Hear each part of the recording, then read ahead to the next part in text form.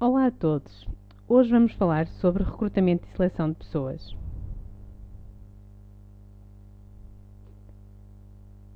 Há bons candidatos, mas recruta-se mal. Muitas das vezes, as empresas preferem contratar na base do conhecimento pessoal em vez de optar pela competência.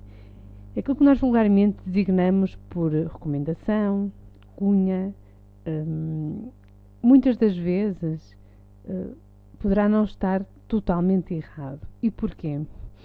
Porque nós poderíamos ter um conjunto, efetivamente, de candidatos, temos ali uma situação em que poderíamos, efetivamente, estar indeciso entre uma ou outra pessoa, e se, efetivamente, conhecermos alguém que conhece uma das pessoas, poderá facilitar o processo de seleção. Mas não é sobre isto, ou não é sobre este princípio que esta frase reflete. É mais no conceito de criar determinados lugares para determinadas pessoas, colocar pessoas apenas por conhecimento e não pelo mérito e pela competência. Então, o que é o recrutamento e o que é a seleção de pessoas? O recrutamento diz respeito ao processo que vai decorrer entre a decisão de preencher um cargo vago e o apuramento dos candidatos que correspondem ao perfil da função e reúnem as condições para ingressar na empresa. A seleção consiste no processo de escolha entre esses candidatos apurados e a tomada de decisão sobre qual deles é que deverá ocupar o lugar. Ou seja, o recrutamento diz respeito ao processo de atração de candidatos e a seleção diz respeito ao processo de escolha de candidatos. O levantamento de necessidades de recursos humanos começa por haver uma auscultação dos departamentos de organização com vista à concretização do mapa de gestão previsional para o ano seguinte, previsão dos novos elementos no orçamento anual, análise das prioridades organizacionais do plano estratégico de médio prazo, integração de uma nova vaga no mapa de pessoal. Portanto, muitas das vezes poderá ser criado um novo lugar e atualmente o que tem acontecido é que muitas das vezes determinadas funções acabam por ser distribuídas pelas pessoas que estão na organização. Em termos de fluxograma da decisão de preenchimento de um cargo, poderá haver a criação de um novo cargo ou então a saída de um titular. Poderá haver então a necessidade de vamos preencher o cargo? Se sim, temos que ver qual o custo, em que contexto, número de colaboradores, data efetivamente de entrada. Esta decisão é aprovada, define-se o perfil da função e passa-se por um processo de recrutamento e seleção. Ou então podemos ter o processo, que era aquilo que vos dizia há bocadinho, criação de um novo cargo ou a saída de um titular. Decide-se que não se vai efetivamente preencher a vaga, então há uma redistribuição das tarefas pelos restantes elementos da equipa, poder-se-á recorrer ao outsourcing para realização daquela tarefa, daquela função, daquele serviço, ou então, pura e simplesmente, elimina-se aquela função porque de facto não era necessário. Quais são os tipos de recrutamento que existem? Podemos falar no recrutamento interno, no recrutamento externo e no recrutamento misto. O recrutamento interno implica muitas das vezes as transferências, promoções e o desenvolvimento das carreiras dos colaboradores.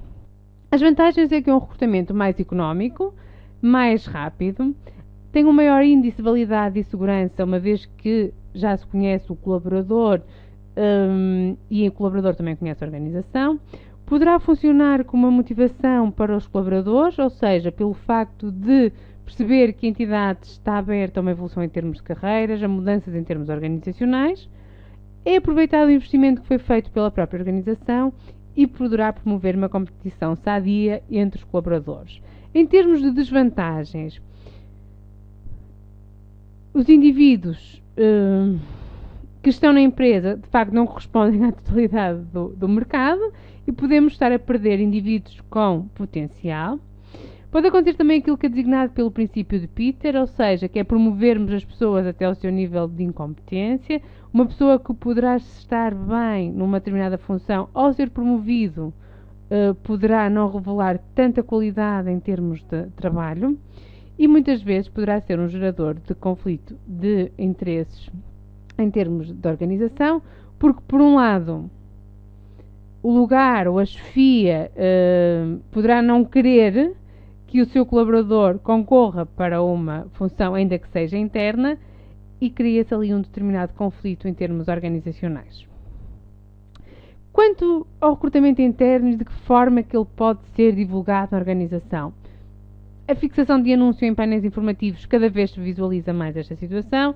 Muitas das vezes o que acontece é a divulgação na intranet da organização ou divulgação de e-mail para todos os colaboradores.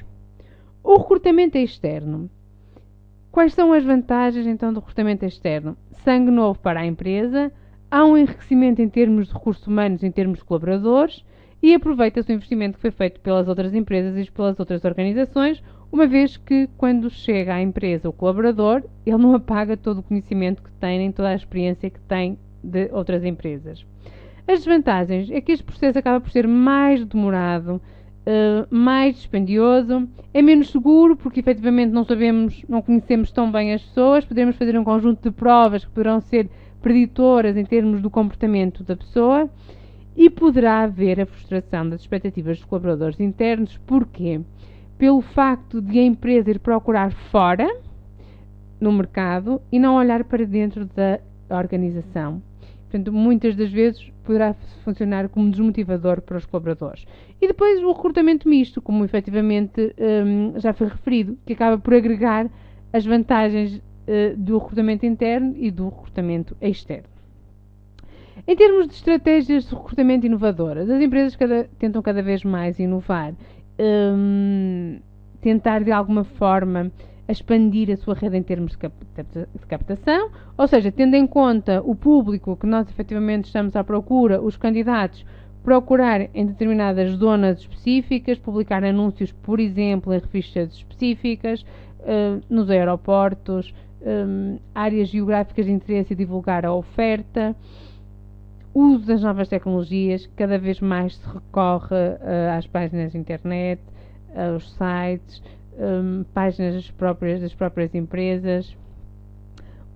O recrutamento inovador também, aquilo que efetivamente as pessoas oferecem, incentivos financeiros, uma boa imagem das organizações, a própria reputação, utilizar os colaboradores como os embaixadores das marcas, aquilo que já vimos atrás em termos de marketing interno, criação dos bons locais para trabalhar, portanto, de alguma forma tornar-se uma empresa com reputação, uma empresa atrativa e querer para que os colaboradores e para que os bons candidatos e os excelentes candidatos queiram trabalhar naquela organização. Cada vez mais se utiliza o recrutamento via web. Portanto, para que é que nós vamos perder semanas à procura de um candidato quando através da internet as respostas são quase imediatas? E são mesmo. Portanto, muitas das vezes o recrutamento, a página da internet na qual os candidatos preenchem os seus dados de forma estruturada, muitas das vezes os próprios candidatos desistem porque é solicitada muita informação, contudo para as empresas acaba por ser mais fácil, porque depois as plataformas acabam por conseguir fazer a articulação entre os requisitos, determinadas funções, determinadas tarefas e aquilo que o candidato preencheu. Empresas especializadas em recrutamento e seleção, páginas web.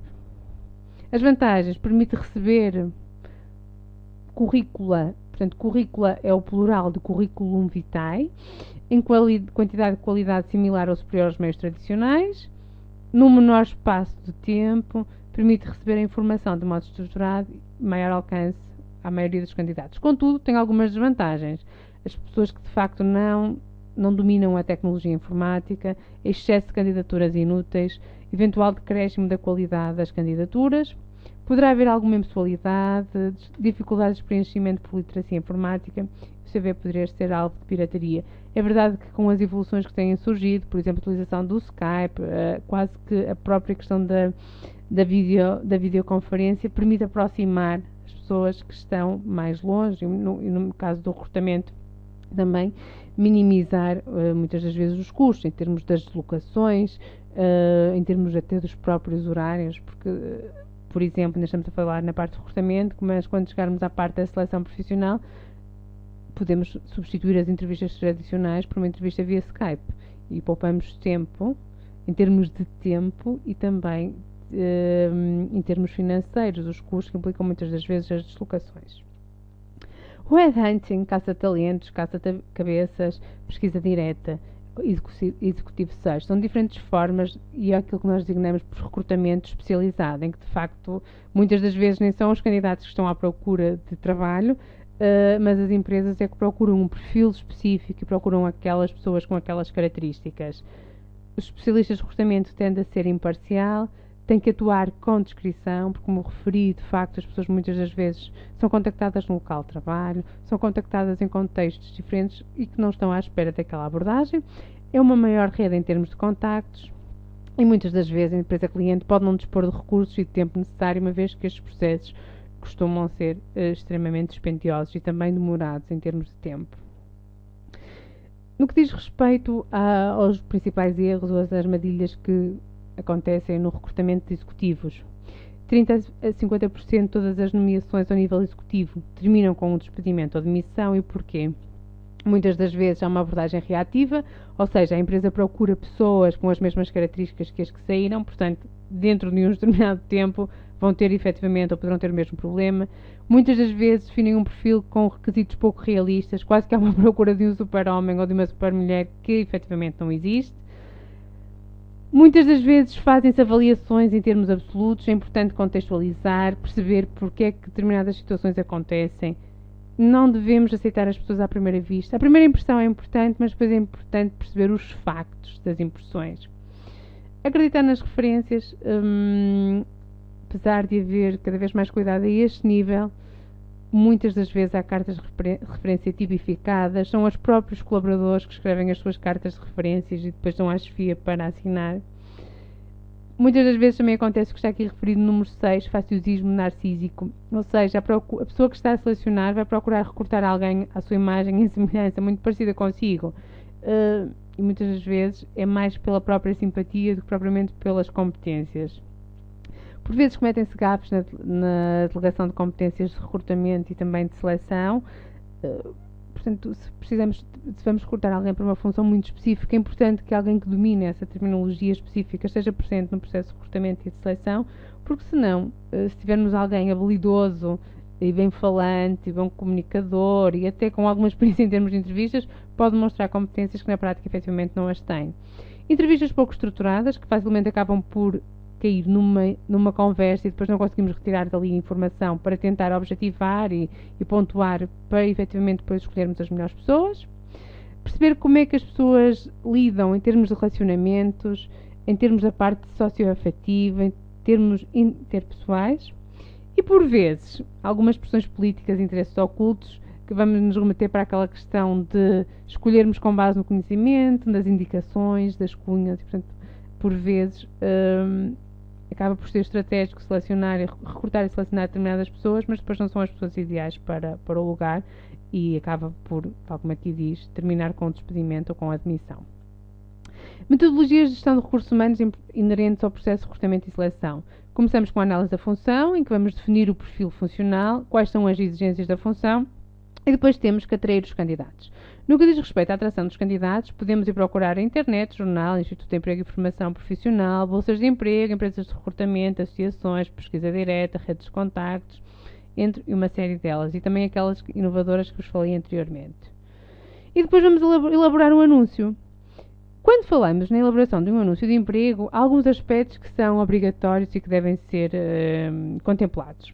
Há um modelo WIDE. O modelo WIDE é que nos remete para atenção, interesse, desejo e ação, que são os 4 aspectos que deverão estar presentes num anúncio. Portanto, o anúncio deve ser grande, deve despertar a atenção de quem o lê, pode-se adicionar cor se possível, depende mais uma vez do orçamento, identificar a empresa, o título do cargo no cabeçalho, usar gráficos e figuras pode ser enriquecedor, muitas das vezes logótipos da marca. Depois, despertar o interesse, o local de execução das funções, o salário, eventualmente experiência, qualificações, o perfil, atributos pessoais, título também do cargo. O desejo, estimular a vontade da pessoa de trabalhar para aquela organização, pacote geral de benefícios, descrição da empresa, desafios inerentes, a imagem da própria organização. E depois a ação, ou seja, dar informação sobre como responder, o prazo, e as pessoas percebam claramente como chegar àquela organização. Então o anúncio deve ter, em termos de constituição, o que é, o que pretende, o que oferece e como responder. A linguagem deve ser clara, precisa, fácil, compreensão, frases curtas, atenção aos erros ortográficos. Publicação, onde é que vamos publicar, frequência da publicação, enquadramento gráfico. Os cuidados a ter e algumas obrigatoriedades. Limitar a idade, relativo, variável, discutível. É obrigatório colocar a terminologia masculino-feminino, portanto, em termos de legislação e pela questão da equidade. Identificar a empresa, portanto, acaba por ser facultativa, localização do posto de trabalho, local de publicação, pensar no candidato ideal, mas não, como referimos anteriormente, quase que um super-homem, não é? Muitas das vezes definimos características que de facto é impossível quase que termos num candidato. Não quer dizer que seja impossível. Dou muitas vezes o exemplo, procura-se jovem recém-licenciado com experiência de X anos na área, por exemplo, de marketing. Recém-licenciado com experiência. É possível, se nós efetivamente tivermos um trabalhador estudante, mas depois acaba por se limitar em termos de idade e há ali algumas incompatibilidades que, na verdade, é difícil encontrar alguém, ou quase que impossível, com estas características, muitas das vezes antagónicas. Em suma, como elaborar um anúncio de emprego? Devemos ter o nome da empresa, a designação da função, número de pessoas efetivamente a recrutar, habilitações, sexo masculino e feminino, local de trabalho, o perfil em termos de competências, horário de trabalho, o que é que se oferece e a forma de resposta e, efetivamente, também a questão do feedback. Devemos colocar sempre, nem que seja aquilo que nós designamos muitas vezes uma frase feita, que é todas as candidaturas serão consideradas, se não for contactado no prazo de uma semana ou de 15 dias, ficará na nossa base de dados. Para quê? Para que a pessoa não fique eternamente à espera de um contacto. Terminamos por agora, iremos depois prosseguir com a parte da seleção.